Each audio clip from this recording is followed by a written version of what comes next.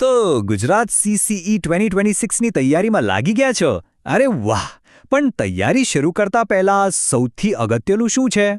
Exam પેટર્નને બરાબર સમજવી. ચાલો આજે આપણે આખી પેટર્નને એકદમ સરળ ભાષામાં સ્ટેપ બાય સ્ટેપ તોડીને સમજીએ. સૌથી પહેલાં તો એ સવાલ થાય કે આ CCE છે શું? આનું આખું નામ છે કમ્બાઇન્ડ કોમ્પિટિટિવ એક્ઝામિનેશન. હવે સાવ સાદી ભાષામાં કહું ને તો આ ગુજરાત સરકારની ગ્રુપ A અને ગ્રુપ B જેવી જે પાવરફુલ પોસ્ટ છે ને ત્યાં સુધી પહોંચવાનો એકમાત્ર રસ્તો છે, એક ગેટવે છે. ઓકે, તો આ આખી સફરમાં આપણે શું શું જોવાના છીએ? પહેલાં તો CCE શું છે એ સમજીશું. પછી સ્ટેજ 1 એટલે કે પ્રિલિમ્સની વાત કરીશું. ત્યાર પછી આવશે સૌથી મહત્વનો તબક્કો સ્ટેજ 2 એટલે કે મેઇન એક્ઝામ, જેમાં આપણે ગ્રુપ A અને Bનો તફાવત જોઈશું. પછી ફાઇનલ પ્રોસેસ કેવી હોય છે અને છેલ્લે સફળ થવા માટેની સ્ટ્રેટેજી શું હોવી જોઈએ. તો ચાલો ફટાફટ શરૂ કરીએ. તો સૌથી પહેલાં CCEનું એક મોટું ચિત્ર જોઈએ. આ પરીક્ષાનું આખું માળખું કેવું છે એ સમજી લઈએ. જો આખી પરીક્ષાની પ્રક્રિયાને છે ને મુખ્યત્વે 2 ભાગમાં વહેંચી શકાય. 2 મોટા સ્ટેજ છે. પહેલું છે પ્રિલિમ્સ અને બીજું છે મેઇન્સ. બસ આ 2 જ તબક્કા છે. ચાલો હવે ઊંડાણમાં ઉતરીએ અને વાત કરીએ સ્ટેજ 1 એટલે કે પ્રિલિમિનરી એક્ઝામની. આ તમારું પહેલું પગથિયું છે. તો પ્રિલિમ્સનું પેપર કેટલા માર્ક્સનું હશે? Total 150 marks. યાદ રાખજો, આ 150 માર્ક્સ એ નક્કી કરશે કે આપણે મેઇન્સ માટે ક્વોલિફાય થઈએ છીએ કે નહીં. અને આ 150 માર્ક્સ માટે સમય કેટલો મળશે? માત્ર 2 કલાક, એટલે કે 120 મિનિટ. સીધું ગણિત છે. એક સવાલ પાછળ 1 મિનિટ પણ પૂરી નથી. એટલે અહીં સ્પીડનો જ ખેલ છે, પણ ચોકસાઈ સાથે. અને હા, એક બહુ જ અગત્યની વાત. સાવધાન રહેજો, અહીં નેગેટિવ માર્કિંગ પણ છે. મતલબ કે દરેક ખોટા જવાબ પર આપણા 0.25 માર્ક્સ કપાશે. એટલે કે ગપ્પા બિલકુલ નહીં ચાલે. જે જવાબ પાક્કો આવડતો હોય એના પર જ આગળ વધાય. હવે જરા આ ચાર્ટ પર નજર નાખો. આ આપણી તૈયારીનો આખો રોડમેપ છે. જુઓ, રીઝનિંગ એકલું 60 માર્ક્સનું છે અને એમાં ગણિતના 30 માર્ક્સ ઉમેરી દો એટલે કે ટોટલ 90 માર્ક્સ. મતલબ કે 60% વેટેજ તો ખાલી રીઝનિંગ અને ગણિતનું જ છે.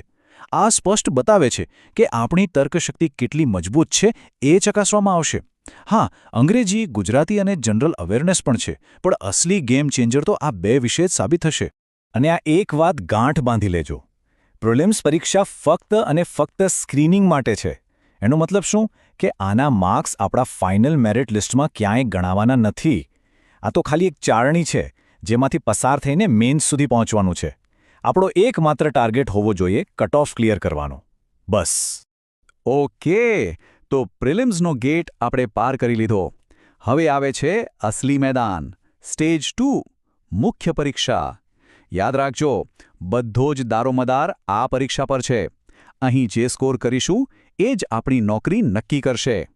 અને અહીંયા મેઇન્સમાં રસ્તો 2 અલગ અલગ દિશામાં જાય છે. એક છે ગ્રુપ A અને બીજો છે ગ્રુપ B. ગ્રુપ Aમાં આપણે વર્ણનાત્મક એટલે કે લાંબા જવાબો લખવાના હોય છે, જ્યારે ગ્રુપ Bમાં MCQ એટલે કે ઓબ્જેક્ટિવ ટાઈપના પ્રશ્નો હોય છે. આ બહુ મોટો તફાવત છે અને પસંદગી ખૂબ સમજી વિચારીને કરવી પડે. ચાલો પહેલા ગ્રુપ Aની વાત કરીએ. અહીં ટોટલ 3 પેપર હશે. પહેલું પેપર ગુજરાતી 100 માર્ક્સ, બીજું પેપર અંગ્રેજી એ પણ 100 માર્ક્સ, અને ત્રીજું સૌથી મોટું પેપર જનરલ સ્ટડીઝનું જે 150 માર્ક્સનું છે. એટલે કે કુલ 350 માર્ક્સની લેખિત પરીક્ષા.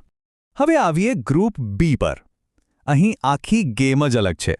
અહીં 200 સવાલ, 200 માર્ક્સ અને સમય માત્ર 2 કલાક, એટલે કે 120 મિનિટ. અહીં આપણી ઝડપ અને વિષય પરની પકડની કસોટી છે. વિષયો લગભગ પ્રિલિમ્સ જેવા છે, જેમ કે બંધારણ, ઇતિહાસ, ભૂગોળ, સાયન્સ અને કરંટ અફેર્સ. પણ હા, સવાલોનું લેવલ ઘણું ઊંચું હશે. ચાલો માની લઈએ કે મેઇન્સ પણ સરસ ગઈ. તો હવે આગળ શું? ફાઇનલ સિલેક્શન સુધીની પ્રોસેસ કેવી હોય છે એના પર એક નજર કરી લઈએ. જુઓ, મેઇન્સ એક્ઝામ પૂરી થાય એટલે આપણા માર્ક્સના આધારે એક ફાઇનલ મેરિટ લિસ્ટ તૈયાર થાય છે. જો આપણું નામ આ લિસ્ટમાં આવી ગયું તો બસ પછી ખાલી ડોક્યુમેન્ટ વેરિફિકેશન જ બાકી રહે. અને એ પતે એટલે સમજો કે નોકરી પાક્કી. આ વાત ફરી એકવાર અને છેલ્લી વાર કહી દઉં, કારણ કે આ બહુ જ અગત્યનું છે.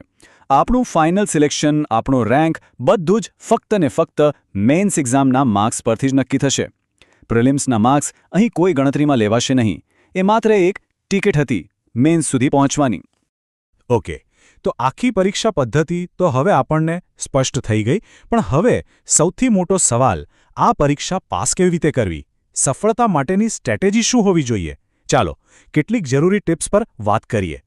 જુઓ, આમ તો ઘણી બધી બાબતો છે, પણ આ 3 વસ્તુ તો આપણા ડેલી રૂટીનનો ભાગ હોવી જ જોઈએ. પહેલું, રિઝનિંગ અને ગણિતની દરરોજ પ્રેક્ટિસ. આપણે જોયું કે એનું વેટેજ સૌથી વધુ છે. બીજું, કરંટ અફેર્સ સાથે અપડેટ રહો. અને ત્રીજું, નિયમિત રીતે મોક ટેસ્ટ આપતા રહો. એનાથી જ ખબર પડશે કે આપણી તૈયારી ક્યાં પહોંચી છે અને ક્યાં ભૂલો થાય છે. તો હવે રસ્તો બિલકુલ સાફ છે. મંઝિલ સામે છે. શું આપ સૌ આ પડકાર ઝીલવા માટે તૈયાર છો?